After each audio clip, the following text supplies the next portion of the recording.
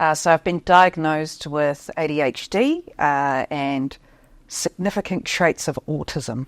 Right. Tell me about that. How does that present in you? What does it mean? Well, to be honest, it's still something I'm learning about myself. So I've basically gone 40 years without this diagnosis. And when I look back and when I think about the assessment, things are fitting into place. The way that it presented itself at the time, I thought was pretty normal, when actually it wasn't. And if I think about how it is today, it's little things like I have to be like 15 minutes early for an event or a meeting all the time. I need a very diligent process. I need my house to be spotless, but there'll be one room in the house that's completely chaotic. There's often several trains of thought going on in my head at any given time. So there are two different ways. I have hyperfocus. So when I really, really want something, or I really, really want to achieve something, I become borderline obsessive, and then I just go out to achieve it as if it's the most important thing in the world. Things like becoming chief of staff of the Green Party, becoming mayor of Wellington.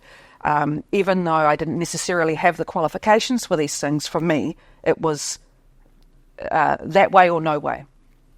And on another hand, I'll be thinking about something, then something linked to that, I'll start thinking about that too, and try to plan ahead to get that thing done, as well as this thing. And there'll also be a song playing in my head as well. So it's quite an interesting experience, and one I'm learning about every day. And when did this happen? When did you pursue the diagnosis? So honestly, I had no idea until this year. It didn't even come up as a thing. But as you know, I stopped drinking around about last November, and I was seeing a therapist, and what we noticed are two things. Certain symptoms of ADHD became much more prominent. I became more hyper-focused, more process-driven, and, traits of autism started appearing a lot more. We also found through therapy that for many people who have ADHD, alcohol use disorder is also part of that, as a form of either self-medicating or being comfortable. So it all started to make sense. A couple of people mentioned to me, they were just like, have you ever thought about an assessment? And I was like, no, what are you talking about?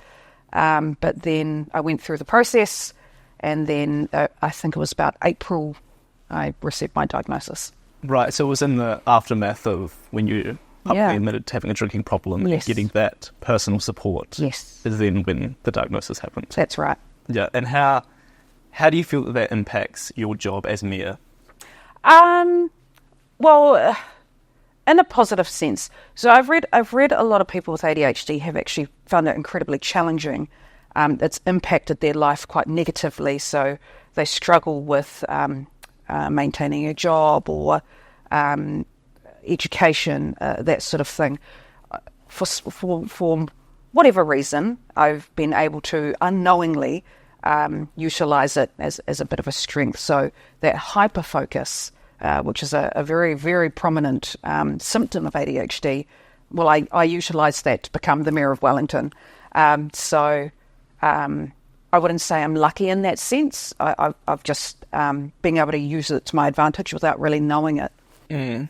Yeah, so I suppose lots of the perceptions of ADHD would be someone who's easily distracted or struggles to concentrate.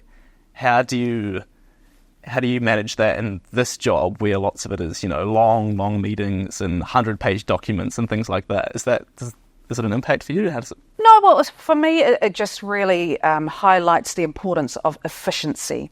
So we like to ensure that with my diary management, meetings are kept to 30 minutes, and people need to get to the point right away, and we ensure that I get lots of rest. So exhaustion is a very common symptom, of course, for ADHD because of the constant thoughts. And given I have to attend so many meetings and so many events, and even with the autism side of things, being in a very social environment is ultra exhausting. It just means that we need to work around that and ensure that at least once a week I've got some time to recharge. And are those new measures that you've put in place since the diagnosis, and are things you're managing with? Yes.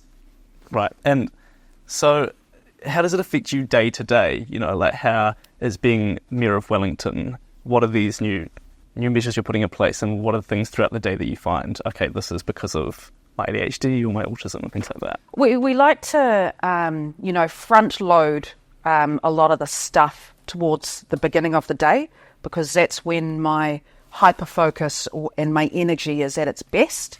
So day to day, kind of like the really challenging work we try to do as soon as possible, and then we can kind of ease it a bit into the afternoon, where I get to do my community stuff, like a citizenship ceremony or giving a speech at an arts event like last night. So the way we kind of work my week to week means that it's easier for me to retain my energy where possible. And I've made, officers and councillors aware of this, so that we can ensure that time is well utilised. We now know that actually what can be achieved in an hour can actually be achieved in 15 minutes. So in a way, it's forced us, but it's also caused us to work more efficiently, which is great.